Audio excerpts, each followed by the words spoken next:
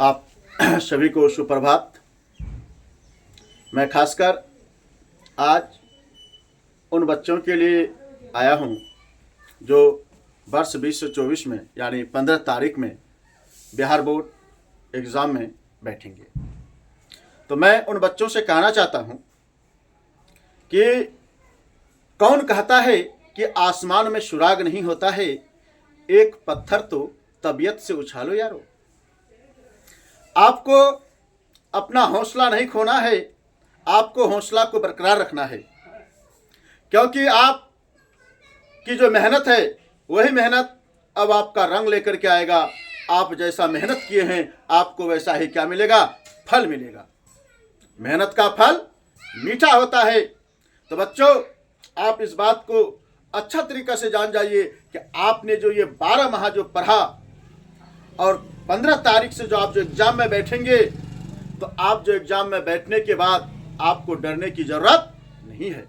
मैं बिहार के समस्त बच्चों को, मैं समस्त छात्र छात्राओं को तहे दिल से आशीर्वाद देता हूं मैं कि वो बच्चे एग्जाम हॉल में जाकर के बैठें और किसी से डरने की जरूरत नहीं है। आपको हिम्मत से जाकर के बैठना है और जब आपको पहला OMR शीट मिलेगा, ठीक है, जब आप एग्जामिनेशन हॉल के पास जाएंगे, जहां आपका सेंटर है, सेंटर पर जाएंगे तो वहां आपको बहुत सारे लोग मिलेंगे।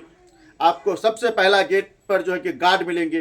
वो गार्ड आपको क्या करेंगे, चेक करेंगे कि बच्चों के पास कुछ तो नहीं है, यानी आपको ऐसा चेक करेंगे कि वो आपको डरा देंगे। उससे आपको डरने की जरूरत नहीं है। और आप जब वहां उस गेट से अंदर जब जाइएगा तो आप वहां जाकर के देखिएगा कि मेरा रोल कोड और रोल नंबर कितना है, यानी रोल कोड का कितना रोल नंबर किस रूम में है, हम वहां जाकर के देख लेंगे और देख करके हम अपना एग्जामिनेशन हॉल में जाकर के बैठ जाएंगे। और जिस हॉल में जाकर के बैठेंगे वहां के जो गार्ड होंगे, वहां के जो वीक्षक होंगे, वो आपके साथ रहेंगे। किसी प्रकार की अगर यदि आपके साथ कोई समस्या होगा, आप उस गार्ड से, अपने वीक्षक से कहेंगे कि सर हमको यहाँ दिक्कत है, सर हमको यहाँ बता दीजिए। क्योंकि सरकार के द्वारा ही ये सुविधा जो उपलब्ध किया गया है बच्चों के लिए किया गया है। ये जितनी सारी जो सुविधा दी गई है सरकार के द्वारा, तो किसके लिए किया गया है, वो आप ही के लिए किया गया है, बच्चों के लिए किया गया है। इसलिए बच्चों को डरने की जरूरत नहीं है। इसलिए मैं इस बात को फिर कहता हूं आपसे कि जब आप एग्जामिनेशन हॉल में बैठिएगा, बैठने के बाद आप क्या देखिएगा, वहां सबसे पहला आपको OMR शीट मिलेगा। आप अपना OMR शीट को क्या कीजिए, मिला लीजिए, देख लीजिए कि ये मेरा है या नहीं है। अगर ये आपका है तो आपका फोटो लगा रहेगा, रोल कोड रहेगा, रोल नंबर रहेगा। उसको आप बारी बारी से देखिए और देखने के बाद जब भर लीजिए। जब आपको प्रश्न पत्र मिलेगा तो प्रश्न पत्र मिलने के पश्चात आप क्या कीजिएगा, सबसे पहला काम आप प्रश्न पत्र को अच्छा तरीका से एक बार पूरा को देख लीजिए। आप जिन जिन प्रश्न को जानते हैं उनको सबसे पहले आप बनाने का काम कीजिए।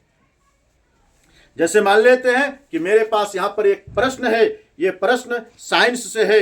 मान लेते हैं कि ये साइंस का प्रश्न है। हमको प्रश्न मिला और मिलने के बाद हम इसको खोले और खोलेंगे जब, तो हम चलेंगे कहाँ, सबसे पहला हम यहाँ सेक्शन ए पर आ जाएंगे। और सेक्शन ए में मेरा क्या रहेगा, ये वस्तुनिष्ठ प्रश्न रहेगा।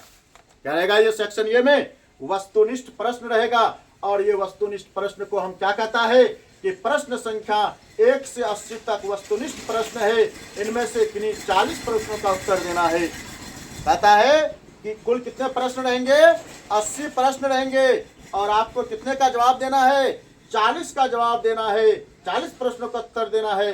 प्रत्येक प्रश्न के साथ 4 विकल्प दिए गए हैं। पता है कि प्रत्येक प्रश्न के साथ क्या दिए गए हैं, 4 विकल्प दिए गए हैं। कितने विकल्प दिए गए हैं प्रत्येक प्रश्न के साथ जी, 4 विकल्प दिए गए हैं, जिनमें से एक सही है।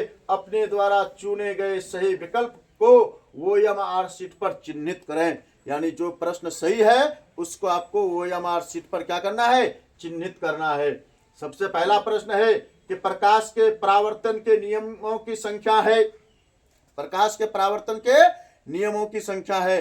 कौन नहीं जानता, कौन बच्चा नहीं जानते हैं। तो प्रकाश के परावर्तन के नियमों की जो संख्या है वो कितना है जी, वो 2 है ना। तो हम प्रश्न संख्या 1 का B नंबर पर क्या करेंगे, हम वहां गोला कर देंगे और गोला अच्छी तरीका से कर देंगे। उसी प्रकार से हम क्या करेंगे, सारा प्रश्न को देखते जाएंगे कि कौन कौन प्रश्न हमसे बनता है। हमको कितने का जवाब देना है, 40 का जवाब देना है। हम इन 40 प्रश्न को अच्छा तरीका से क्या करेंगे, देख लेंगे, और देखने के बाद हम एक एक करके बारी बारी से उन प्रश्नों का जवाब हम देते जाएंगे। हम इसी प्रकार से देखे जाएंगे, ठीक है। साइड मिरर के रूप में प्रयुक्त होता है, तो किसका प्रयुक्त होता है जी, उत्तल दर्पण का प्रयुक्त होता है ना। उसी प्रकार से हम उलाटते जाएंगे, जैसे जूल किसका मात्रक है या जूल कुलम कहा जाता है, किसको कहा जाता है। उसी प्रकार से दृष्टि दोष वाला नेत्र साफ साफ देख सकता है। ये जितना प्रश्न है हम इसको बारी बारी से देखेंगे, और देख करके हमसे जितना प्रश्न बनेगा सबसे पहला हम क्या करेंगे, 80 प्रश्न को देख लेंगे। 80 प्रश्न को देखने के बाद हम क्या करेंगे, इसको जब मेरा हम देखेंगे कि मेरा 80 में से 35 प्रश्न क्या होता है, कंप्लीट हो जाता है, 5 प्रश्न नहीं बनता है हमसे, तो हम क्या करेंगे वहां, अब उन 5 प्रश्नों के लिए मेरा हृदय जिस प्रश्न पर गवाह देता है, मेरा हृदय जिस पर मन करता है, मेरा दिल जहां चाहता है, हम उस प्रश्न को क्या करेंगे, सही मान लेंगे, और वही आपका क्या होगा, सही हो जाएगा। जब हम ऑब्जेक्टिव क्वेश्चन को इस प्रकार से हल कर लेंगे, तब हम चलेंगे बच्चों किस पर, सब्जेक्टिव में चलेंगे। कहां पर चलेंगे, सब्जेक्टिव में चलेंगे। और सब्जेक्टिव में भी क्या कहता है,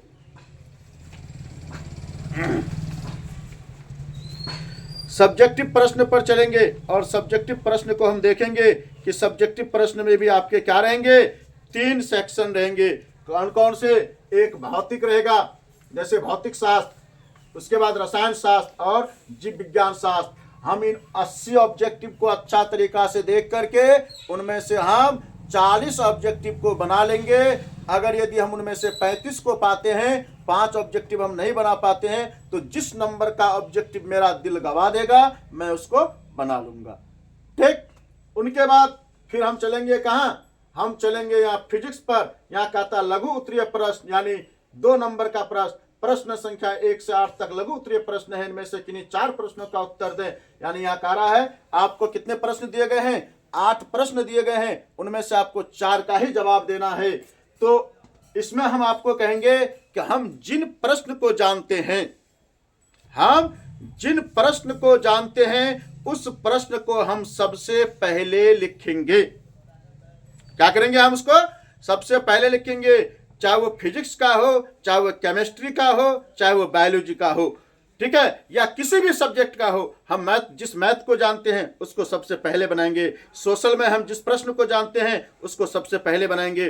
उर्दू में हम जितने प्रश्न को जानते हैं उसको हम सबसे पहले बनाएंगे। हिंदी में जितने प्रश्न को जानते हैं उसको हम सबसे पहले बनाएंगे। यानी जितने प्रश्न को हम जानते हैं उन सारे प्रश्नों को हम पहले बना लेंगे।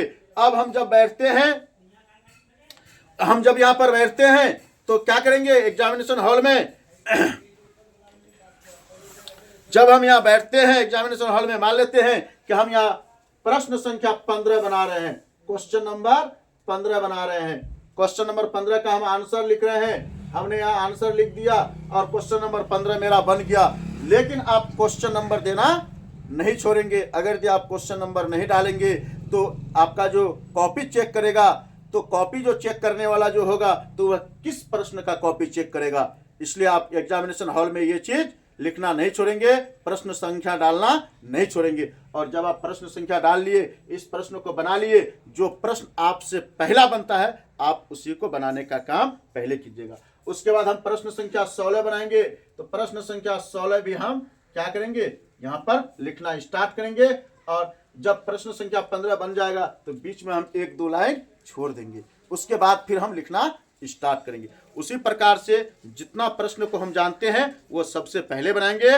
उसके बाद जितना प्रश्न को हम नहीं जानते हैं उन प्रश्नों को आपको छोड़ना नहीं है। आप उस प्रश्न के संबंध में जो कुछ भी जानते हैं 2-4 शब्द, आप हर प्रश्न को क्या कीजिए, टेकअप कीजिए, हर प्रश्न को बनाइए और आप निश्चित आपको क्या मिलेगी, सफलता मिलेगी। कहीं पर आपको कोई दिक्कत नहीं होगा। ठीक है, मैं इतना ही तक अपनी वाणी को विराम देता हूं और बिहार के जितने सारे विद्यार्थी हैं, छात्र छात्रा हैं, सबको मेरा तहे दिल से आशीर्वाद देता हूं।